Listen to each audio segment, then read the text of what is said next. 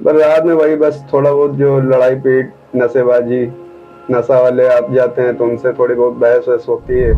निपटने के लिए बस वही प्यार मोहब्बत। लखनऊ में आप पहली चीज तो हम लोग तो वही है ना कि हम लोग मार खा सकते हैं पर छोड़ नहीं सकते ना यहाँ पे कि भाई रात में अकेले रहना पड़ता है। आप इससे लड़ाई करेंगे। बहुत लोग तो ऐसे हैं कि रात में जाते हैं उल्टा बोलते सुबह खुद आते सॉरी बोले उन्होंने। अगर हम इतने ही काबिल होते तो हम भी सचिवालय में बैठे होते ना। अगर आप समाज दे देंगे तो फैमिली नहीं दे पाएंगे और फैमिली दे देंगे तो अपने आप को नहीं दे पाएंगे। अभी आप सोचिए हम आइसक्रीम भी खा लें खाना भी खा लें चाय भी पी लें तो वो नहीं हो पाएगा एक बार में सब चीज। आप अपने खुश फैमिली खुश यही बहुत बड़ी चीज है। और बाकायदा मैं पढ़ा लिखा नहीं हूँ। तीसरी तो 3 बार में पास किया 11 स्कूलों को तोड़ चुका हूँ मैं।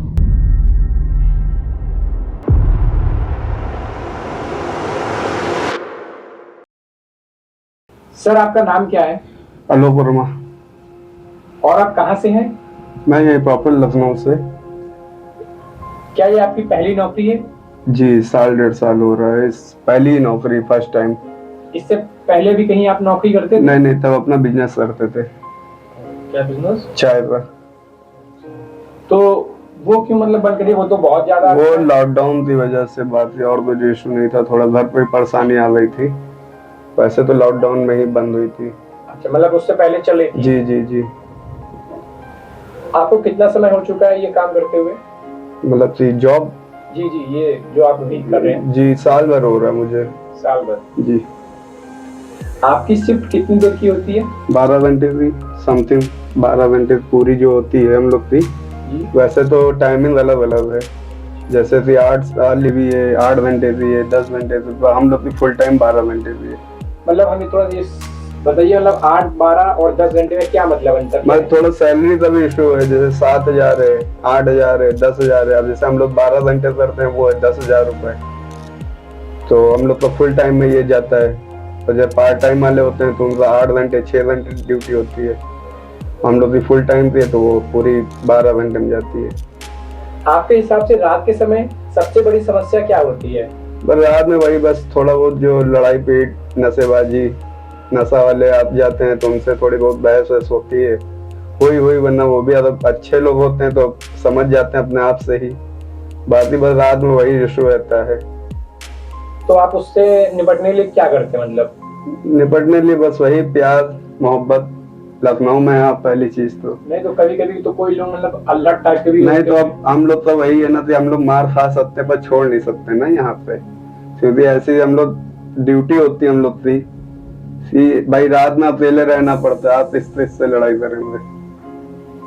मतलब आपको यहाँ पे थोड़ा सा सचेत भी रहना पड़ता है। जी। क्या आपने कभी किसी खतरे का सामना किया है? जी 2-3 बार। मतलब बताइए हमें संक्षेप में। मतलब जैसे कि हाल ही में जब यहाँ पर रहते पहले से जी तो भाई साहब ने डायरेक्ट असलहा लगा दिया था। अरे बाप रे! फिर? तो उनसे ही बहसबाजी में मतलब तब तक हमारे स्टाफ पे और भी जो थे भाई लोग भाई दादा जो सीनियर में थे हम दादा ही रहते हैं ज्यादातर। तो वो लोग सपोर्ट दिए मेरी तरफ से। तब ज्यादा थोड़ा रिलैक्स हुआ मामला। उनके विरुद्ध कुछ कार्रवाई वगैरह कुछ हुई? नहीं कुछ नहीं हुई थी ना। हमने फिर वहां पे छोड़ भी दी थी क्योंकि वहाँ हम लोग को सपोर्ट नहीं मिलता था कि अगर आप जो कर रहे हैं सिर्फ अपनी जिम्मेदारी करिए। अगर हम गार्ड हैं तो वहाँ ड्यूटी सिर्फ आप अपने जिम्मेदारी लीजिए। तो ये तो फिर एक अजीब सी चीज हो गई। मतलब कि हम आपकी सुरक्षा भी करें और आप हमारी कोई। तो वैसे तो कई जगह पे होता है मूवमेंट हम लोग के साथ में। जैसे कि हॉस्पिटलों में हो गया। हॉस्पिटल में भी अपनी ही जिम्मेदारी लेना पड़ता है। और सही अब जैसे गार्ड ड्यूटी तो या फिर 2 रहे साथ में।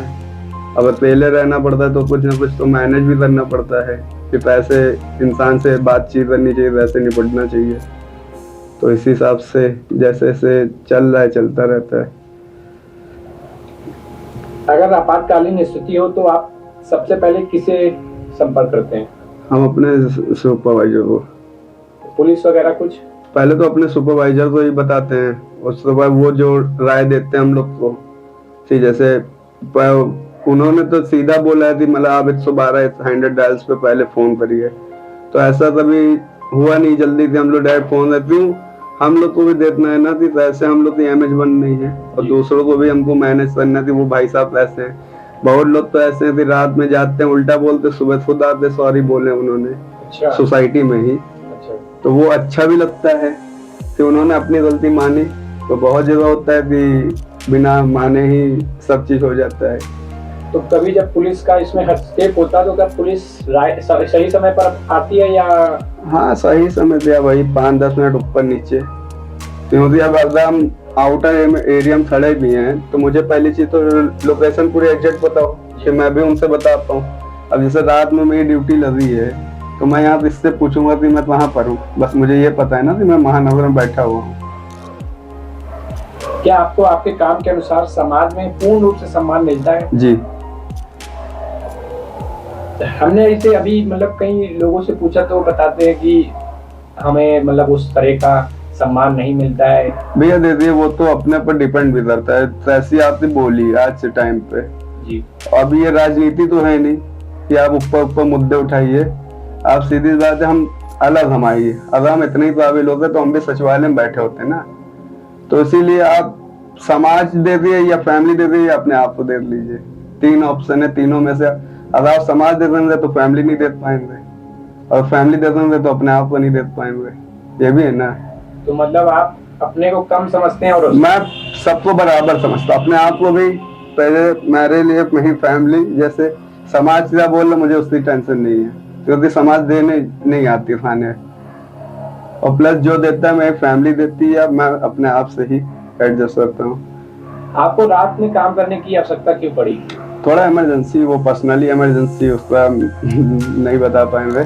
तो मतलब आप दिन में भी काम करते हैं? जी, जैसे ओला रैपिडो। अरे मतलब मैं 24 घंटे में से 5 से 6 घंटा रेस्ट करता हूँ, बाकी टाइम अपना काम। तो ये मैनेज हो पाता? मतलब सब हो जाता ही। ऊपर वाले महादेव वही है साथ में। क्योंकि आप गाड़ी चलाते हैं, झटके वगैरह? नहीं, वो आदत पड़ गई भैया इधर 1.5 साल 2 साल से। लॉकडाउन के बाद से थोड़ा, तो मेरी कैंटीन भी जो थी वो 18 से 19 घंटे में ही खुली रहती थी, वो भी स्टैंडिंग ड्यूटी थी वहाँ पे भी। तो फैमिली वाले बल्कि मेरा जो खाना आता है वो फैमिली से ही सब भिजवाते हैं। अरे मम्मी, मतलब भैया या फिर कोई दोस्त, फ्रेंड सर्कल में जो फैमिली तरह दोस्त हैं, ये भी नहीं थी जिसको पाए उसको भेज दें। जिससे तो फैमिली विश्वास करती है, हम भी करते हैं, तो वही खाना लेकर आ जाता है मेरा। तो अभी आपकी फैमिली नहीं है? सब है। नहीं मतलब ये शादीशुदा हो गए हैं? नहीं, अभी अनमैरिड। क्या आपको लगता है कि आपका मासिक वेतन उचित है?